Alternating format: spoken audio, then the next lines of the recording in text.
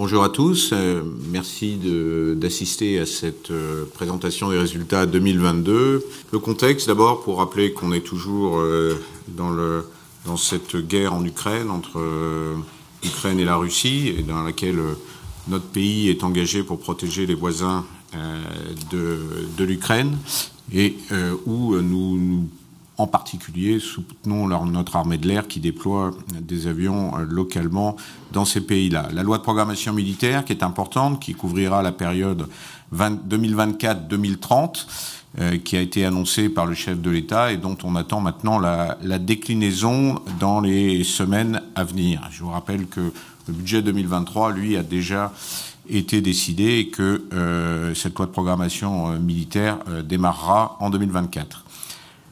La suite du Covid, les problématiques de pénurie liées à la guerre en Ukraine a mis des contraintes sur beaucoup de chaînes logistiques, beaucoup d'approvisionnement, et donc notre supply chain est en difficulté. C'est vrai pour nous, c'est vrai pour l'ensemble des avionneurs, particulièrement en cette période plutôt meilleur de ramp-up de l'ensemble de la profession, que ce soit nous, Dassault, ou nos amis des avions commerciaux. Et donc, c'est difficile chez nos sous-traitants et ça nécessite une attention de tous les instants.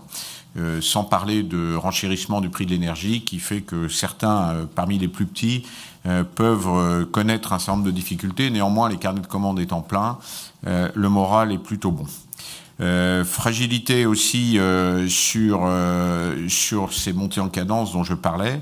Les commandes sont là, partout, mais le ramp-up est un petit peu délicat. On est aussi dans la transition énergétique, donc comme le film vous l'a montré, on s'implique dans les grands programmes de recherche, j'en reparlerai après, et aussi les lois qui commencent à s'appliquer venant de France, la loi climat et résilience, ou les nouvelles directives de la Commission européenne.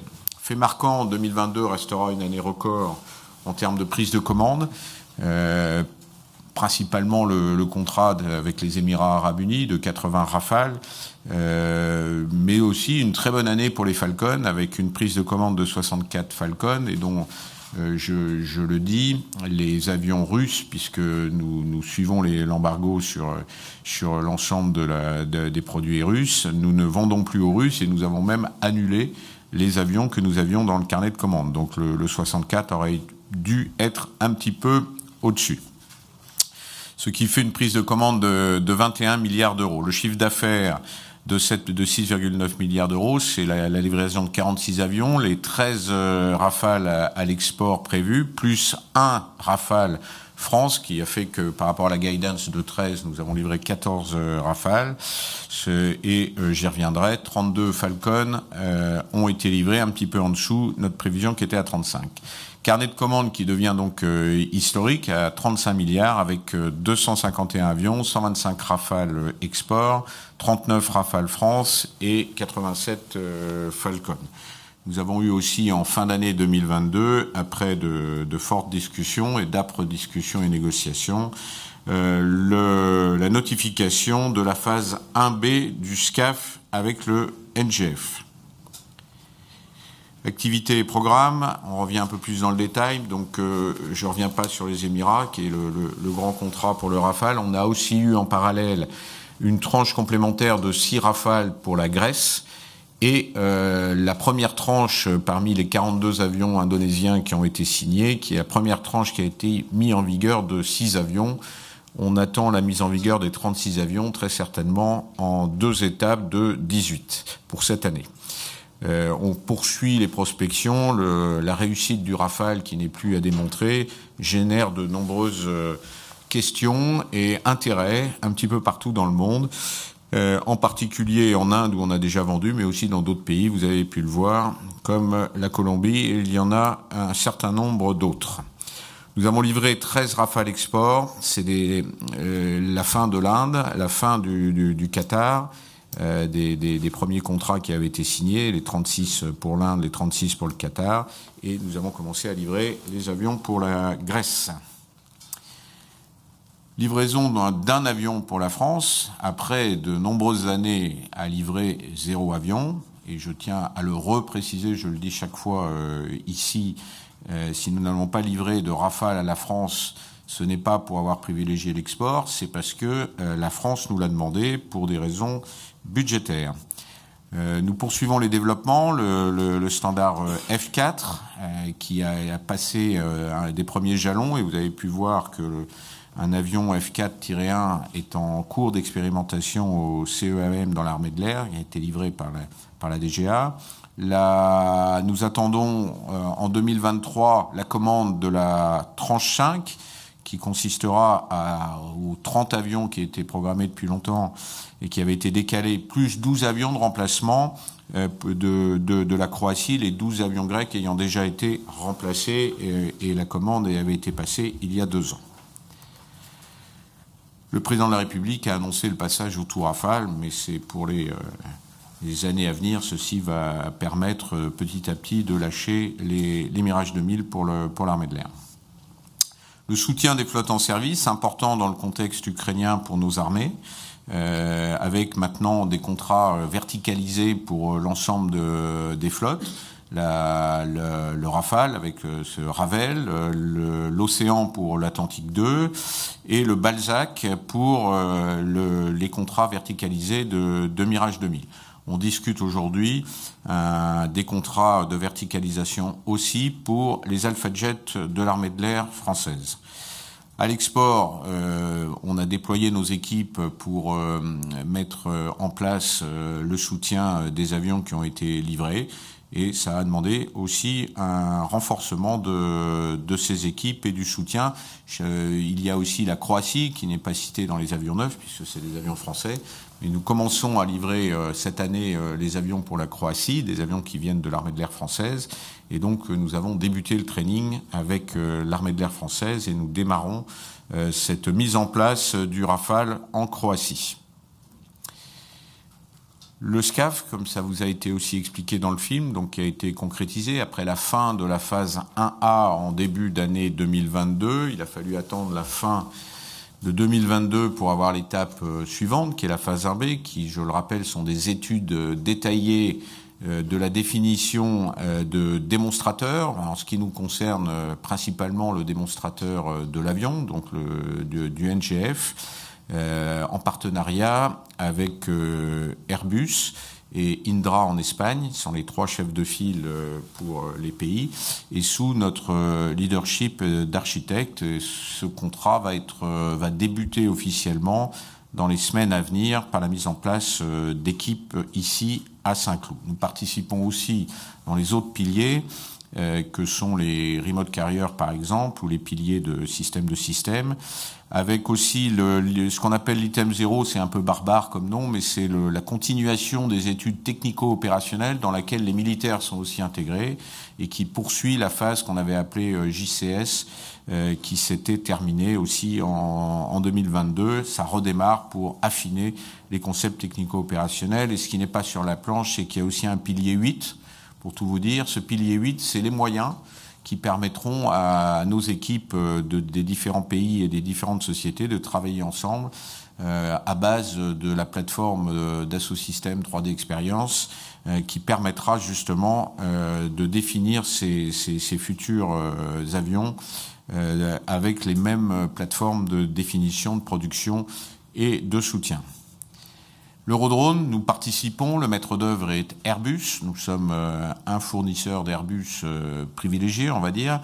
On fait les commandes de vol, on fait aussi le système de communication et de liaison de données avec Thales. Les avions de mission, on poursuit les développements de nos avions de mission, les Falcon de surveillance maritime pour la France, qui seront livrés pendant la LPM dont on vient de parler avant, à base de Falcon 2000. Il y en a déjà 5 contractualisés. Nous pensons qu'il y aura 7, qu'il y aura une option de 5 supplémentaires qui pourraient être aussi activés dans les années qui viennent. L'Archange, qui est un avion de guerre électronique à base de Falcon 8X, qui poursuit son développement. L'Atlantique 2, qui s'est modernisé, donc les rétrofits des anciens ATL2 pour passer avec ce nouveau système est en cours. Et nous avons fait réceptionner le 6e avion, le 7e arrive dans les semaines qui viennent.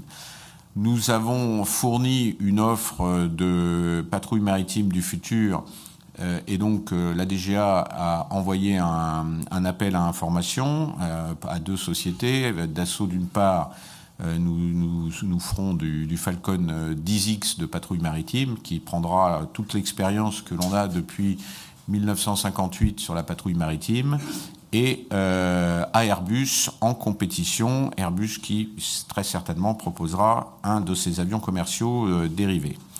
À l'export, nous avons livré le dernier Falcon au Japan Coast Guard, c'est-à-dire le 6e. Donc il y a maintenant 6 avions de surveillance maritime Falcon 2000 opérationnels aux mains des Japan Coast Guard. Et nous avons pris commande de 4 avions vers la République de Corée. Ces avions seront des avions de guerre électronique. Nous livrons l'avion green, c'est-à-dire vide, et ce sont les Coréens qui feront le travail en Corée. Le contexte Falcon, la prise de commande, comme je le disais tout à l'heure, a été bonne, puisque les 64, c'est net des avions russes annulés à la fin 2022.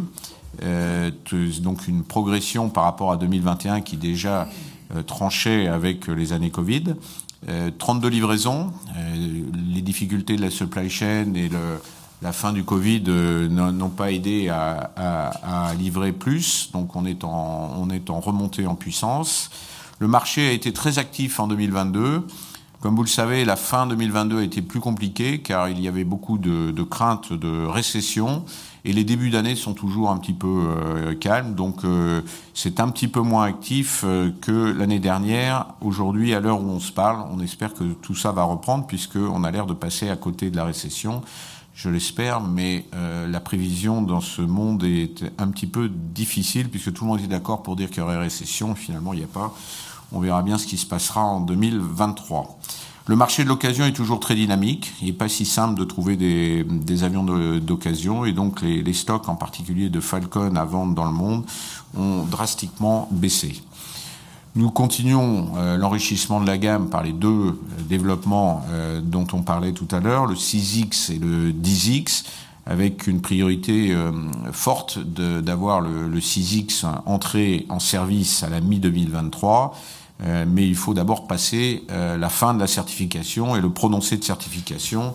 Les derniers jours, les dernières semaines sont toujours les plus délicates, puisqu'il y a encore beaucoup de travail et que les agences sont très pointilleuses compte tenu de l'environnement aéronautique des dernières années.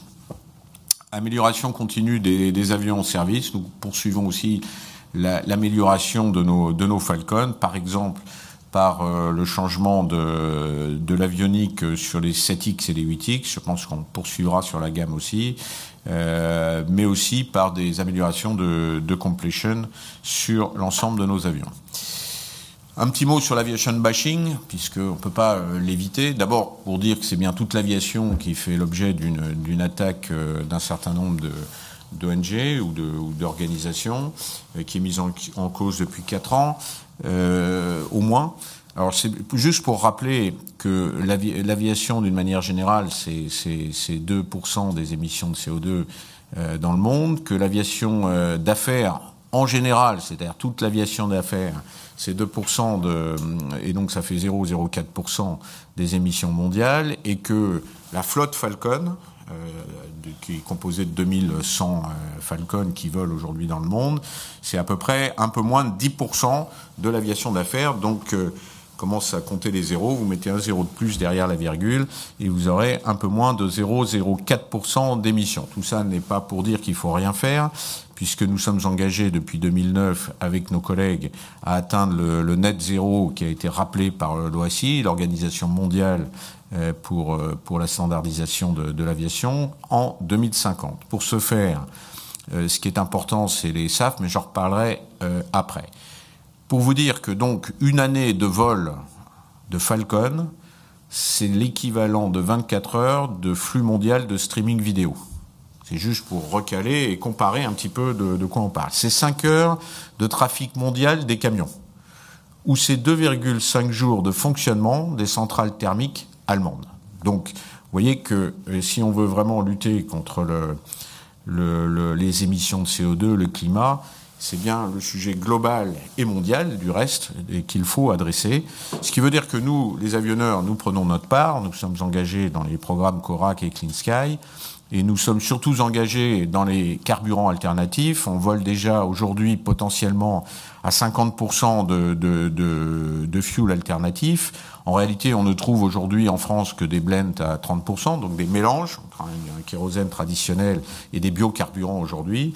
Et on travaille pour le futur à augmenter ces capacités et surtout à faire en sorte qu'il y ait des développements de nouveaux fuels alternatifs et en particulier des e-fuels qui pourraient, ne serait-ce que par leur fabrication, être des capteurs de CO2. Donc c'est vraiment l'enjeu majeur pour notre société et on y est engagé et on dépense de l'argent dans ces domaines-là à côté de l'aide des pouvoirs publics. Sur l'éco-responsabilité, je poursuis sur ma lancée. Le 10X sera capable de 100% de fuel alternatif, donc quasiment décarboné, pourvu qu'on trouve du fuel. Donc la question est bien de développer ces fuels alternatifs et la distribution de ces fuels alternatifs. Je suis assez confiant, car quand je vais aux États-Unis, je trouve des sociétés américaines engagées qui ont des incentives pour le faire. Et vous savez qu'aux États-Unis, la dynamique, elle est générée par les incentives.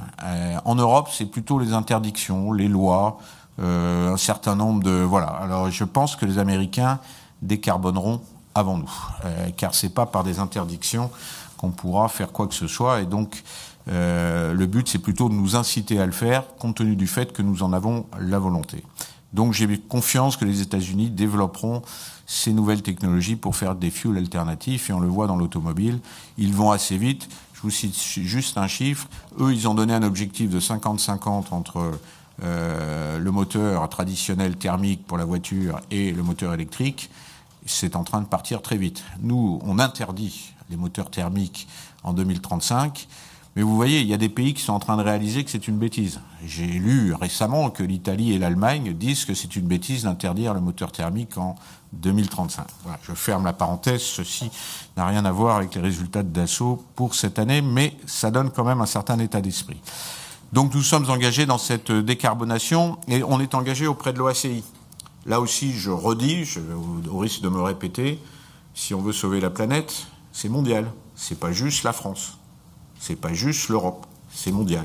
Et c'est dans l'OACI, nous avons les Chinois, les Indiens, les États-Unis d'Amérique, un certain nombre de pays européens, et on a donc bien ceux qui émettent beaucoup de CO2, qui ensemble trouveront les bons moyens en ce qui concerne l'aviation pour l'OACI. La gamme Falcon, donc vous l'avez ici, traditionnelle, du Falcon 2000 jusqu'au maintenant 10X, en passant par le 6X qui fera son entrée en service et qui enrichira la gamme. Donc vous voyez de 4000 nautiques à 7500 nautiques pour cette gamme. Le Falcon 6X, juste deux mots, donc je l'ai déjà dit, mais on accumule les heures de vol, on accumule donc de l'expérience, on a même fait un tour du monde pour être capable de bien comprendre la maturité de l'avion et regarder les petits défauts de sa toute première jeunesse, que nous corrigeons avant l'entrée en service. Donc ce World Tour qui a duré 4 semaines avec 50 escales et a été très enrichissant pour notre capacité à entrer en pleine maturité lors de l'entrée en service. Monter en cadence industrielle, c'est pas le plus facile dans le contexte dont je vous ai parlé tout à l'heure, mais un certain nombre d'avions sont déjà aménagés et ont été montrés dans les salons où vous l'avez vu dans le film, à IBES par exemple et à la NBA à Orlando. Et les premiers avions de série sont en cours d'aménagement à Little Rock, puisque les avions ont été vendus depuis déjà un certain temps. Et maintenant, ce qu'il faut, c'est accélérer, après la mise en service, cette montée en puissance. La cabine du 6X est régulièrement récompensée, donc elle a encore eu en 2022 un nouveau award. C'est une très belle cabine, et pour ceux qui passeraient par les salons aéronautiques, je vous invite à monter dans l'avion, vous verrez, c'est extraordinaire. Le 10X, ça sera encore plus grand, encore plus beau, c'est quasiment, comme on le disait lors de son lancement, un appartement volant pour permettre à ceux qui voyagent beaucoup, loin, longtemps, d'être complètement chez eux dans l'avion, de continuer à travailler, de pouvoir se reposer et finalement de gommer le temps de voyage. 10X poursuit son développement. Nous suivons comme le lait sur le feu le développement du moteur. Rolls-Royce pour le 10X, qui est implanté en Allemagne, puisque c'est Rolls-Royce Allemagne en termes de design et de fabrication. Et nous avons des équipes permanentes qui échangent pour suivre le développement de ce moteur qui est un petit peu différent de celui qui équipe Gulfstream, mais dont le développement est quand même assuré aussi pour d'autres avions. Support Falcon, on en a déjà parlé les autres années. Ce réseau mondial est important pour nous. Il nous permet d'avoir une empreinte un petit peu partout dans le monde pour soutenir nos clients qui sont eux-mêmes volent un petit peu partout dans le monde. Nous avons en cours de l'année 2022, début 2023, ouvert un hub de maintenance à Dubaï. Nous ouvrirons en 2024, ça a été lancé en 2022, un nouveau centre dans l'est des États-Unis, en Floride, car nous avons fermé Wilmington à l'est des États-Unis, car les installations commençaient à être un peu obsolètes et il était plus facile de changer de lieu et de reconstruire complètement quelque chose qui préparera aussi l'arrivée des nouveaux avions, comme le 6X. Et donc c'est en cours. Et nous avons aussi ouvert un centre à Kuala Lumpur. Je le dis, nous avons récupéré la maintenance des avions de l'État que nous ferons sur la base de Villacoublay. Et donc nous avons un MCO de 7 ans pour ces avions gouvernementaux français qui n'étaient pas avec nous jusqu'à 2022. RSE, on en a un petit peu parlé, on pourrait en parler beaucoup. Pour ceux qui auront la patience, vous avez dans les rapports de gestion qui seront mis à disposition à peu près une 50aine de pages qui expliquent tout ce qu'on fait dans le domaine de la RSE. Ce qu'il faut savoir, c'est qu'on y est engagé par volonté, on y est engagé par les lois, par les directives européennes. C'est lourd. C'est, vous voyez, en pleine pénurie de matériaux, il faut changer les matériaux parce que, par exemple, pour REACH, il y a des nouveaux standards et ça nous oblige, nous et la profession, à requalifier beaucoup de choses. Donc, ce sont des développements assez lourds et ça perturbe aussi pas mal nos chaînes d'approvisionnement. Nous faisons le travail pour un certain nombre de choses. J'ai parlé tout à l'heure de la sobriété. Donc, tout ça occupe beaucoup nos équipes. Ressources humaines, la société est en ramp-up puisque nous avons eu beaucoup de commandes. Donc nous avons beaucoup embauché. Ça tombe aussi dans une période où beaucoup partent à la retraite. Et pas forcément à 62 ans, un petit peu après. Donc, on a énormément embauché. Bon, on arrive à embaucher chez Dassault. Les conditions sont bonnes, contrairement à ce que certains peuvent dire et penser. Nous mettons un effort particulier sur les embauches féminines en 2022. Donc 24% de recrutement de femmes. Je crois qu'on est autour de 19% de mémoire hommes-femmes chez Dassault Aviation, donc ça progresse. C'est pas facile car toute l'industrie a du mal à trouver des femmes qui s'engagent dans l'industrie et c'est déjà vrai dans les écoles, que ce soit les écoles d'ingénieurs ou d'apprentissage. Le ratio n'est pas 50-50 et loin s'en faut. Et donc ça nécessite un effort que l'on fait avec les branches en amont sur l'éducation nationale, sur la formation, sur la sensibilisation, sur l'attractivité des métiers de l'industrie, sachant que l'industrie est sûrement le lieu où on paye le mieux en France par rapport à d'autres secteurs. Et donc il est quand même intéressant que les femmes puissent s'engager, mais là aussi il faut sensibiliser aux métiers scientifiques dès le plus jeune âge. Partage de la valeur, on en a beaucoup parlé aussi ces derniers mois. Je tiens à saluer l'accord qui a été passé entre les organisations syndicales, pas toutes, mais la majorité, et le MEDEF, dans lequel, comme vous le savez, le négociateur du MEDEF est le directeur général de l'UMM.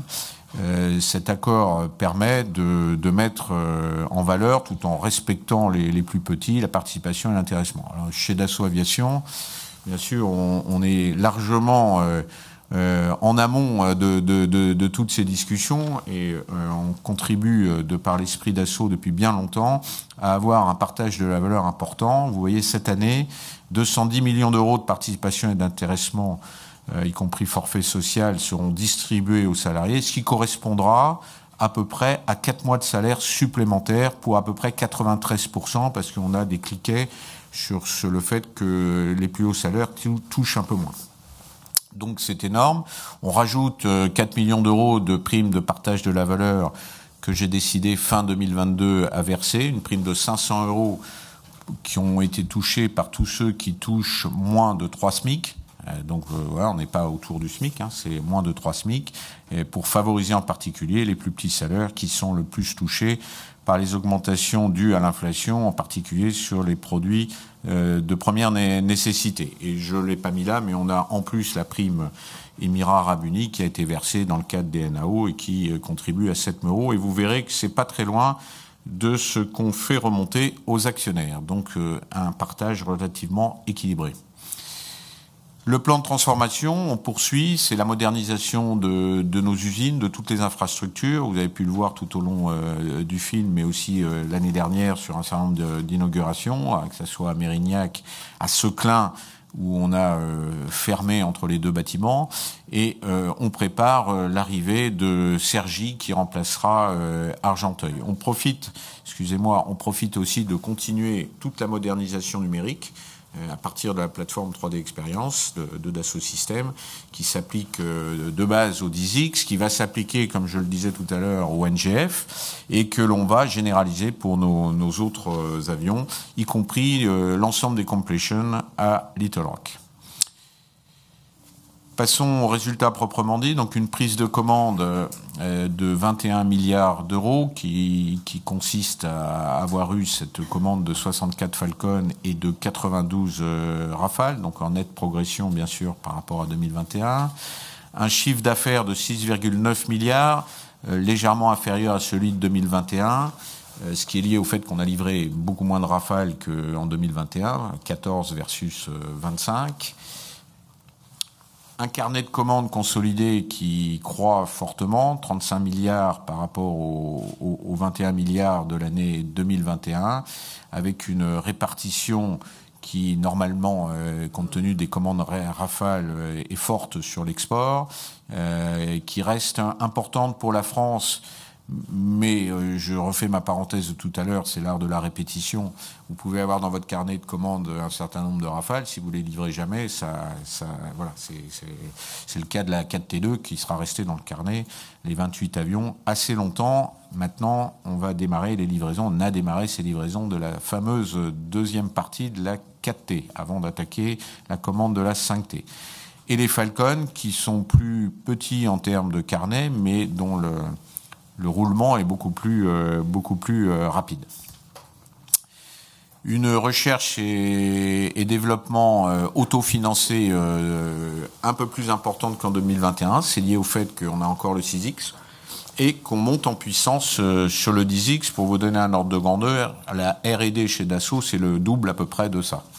Donc on autofinance à peu près la moitié de la R&D de la société. Thales qui a publié ses résultats hier, donc en nette progression. Donc, comme vous le savez, nous bénéficions de ces résultats de Thales.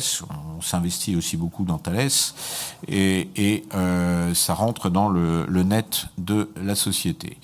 Donc, le résultat pour un chiffre d'affaires de 6 929 millions d'euros, résultat opérationnel de 572 millions d'euros, soit une marge opérationnelle de 8,3%. En progression d'1% par rapport à l'année dernière, un résultat financier de 11 millions d'euros, positif contrairement à l'année dernière. Bravo à la direction financière qui a réussi à faire en sorte que notre cash ne perde pas d'argent. C'est malheureusement lié à l'inflation aussi et à l'augmentation des taux.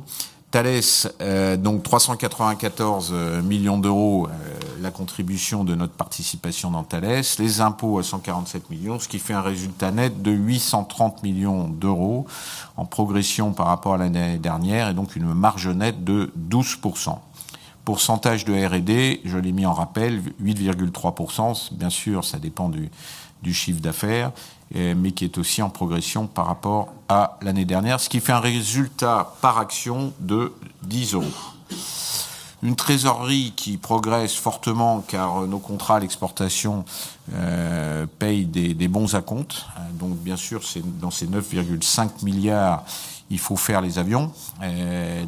Ceci dit, ça dégage un free cash flow d'à peu près 4,9 milliards d'euros. Et pour ceux qui ne feraient pas le calcul simplement, ça nous permet d'avoir une trésorerie propriétaire autour de 3,8 milliards d'euros, si je ne dis pas de bêtises, Loïc et Denis. Répartition du capital, puisqu'on a racheté des actions et qu'elles seront annulées lors de l'Assemblée générale. Voilà la répartition de la société, ça change pas beaucoup, mais ça relue un petit peu les actionnaires. Proposition de dividende que l'on fait donc à 3 € par action, donc un peu mieux que l'année dernière.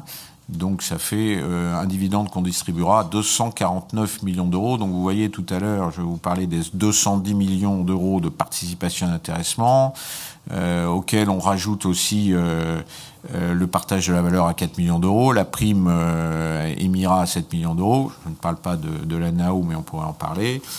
En comparaison d'une obligation légale qui nous amènerait à verser une participation d'intéressement de 38 millions d'euros. Donc on est largement au-dessus et ça fait, vous voyez, pas très loin de ce que l'on verse comme dividende. Perspective et stratégie, rapidement. Donc, point numéro 1, sécuriser la supply chain. Pour nous, c'est un travail de tous les jours pour nos équipes, de détecter ceux qui sont en difficulté, soit en difficulté financière, soit en difficulté de fabrication, soit en difficulté de main-d'œuvre, car beaucoup ont du mal à recruter. C'est plus difficile dans la supply chain que chez nous. Donc ça, c'est tous les jours. On le fait aussi au sein de la profession, dans le GIFAS. Mais c'est pas que en France, c'est aussi la supply chain internationale. Le Rafale, c'est exécuter les contrats qu'on a signés et obtenir la tranche 5 de commandes pour la France, tout en continuant les prospections. On est donc dans une montée en cadence du Rafale. Les développements militaires, on continue à améliorer le Rafale d'aujourd'hui, de demain, qui sera aussi celui pour l'export. C'est le standard F4, mais on prépare aussi déjà le standard F5 post-2030 pour les armées françaises. Soutien et disponibilité de nos avions, il est important d'être toujours au plus près de nos clients. On a une disponibilité très bonne de nos avions de combat. À l'export, c'est autour de 95%. En France, quand on est dans les contrats de verticalisation, c'est autour de 90%. Falcon, la priorité absolue, c'est la certification du 6X le plus rapidement possible pour son entrée en service au milieu de l'année, avec un effort commercial pour poursuivre la bonne tendance de livraison, de prise de commande de nos avions avec l'arrivée du 6X aussi. Soutien disponibilité de nos avions civils.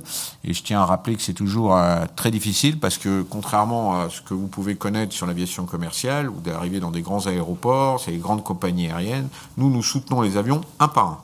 Et croyez-moi, ils voyagent partout dans le monde. Donc c'est un par un. Quand il y a un problème, il faut pouvoir intervenir là où ils se trouvent et en général sur des petits aéroports à l'autre bout du monde. Et c'est donc un métier particulier qu'il convient en permanence d'améliorer. D'où la mise en place des réseaux mondiaux de rechange, d'où la mise en place du réseau des stations-service que nous continuons à améliorer. Transition énergétique, on est inscrit dedans, j'en ai bien parlé.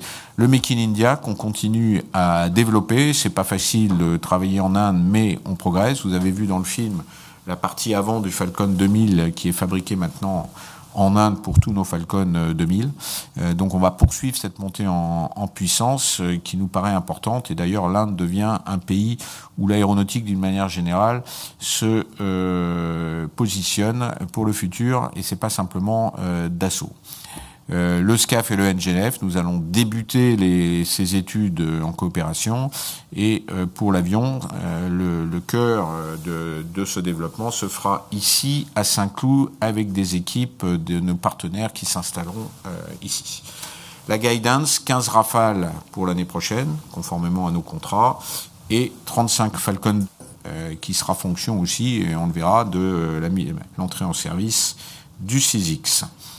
Chiffre d'affaires légèrement en baisse pour l'année prochaine, puisque même si le nombre de Rafales vous paraît le même, c'est plutôt des Rafales français, et la prise de commande des Rafales France n'est pas tout à fait à isopérimètre de la prise de commande des Rafales export, puisque en France nous ne vendons pas le radar et le moteur, alors que à l'export nous vendons tout. Voilà ce que je voulais vous dire en introduction, et maintenant je suis prêt à répondre à vos questions.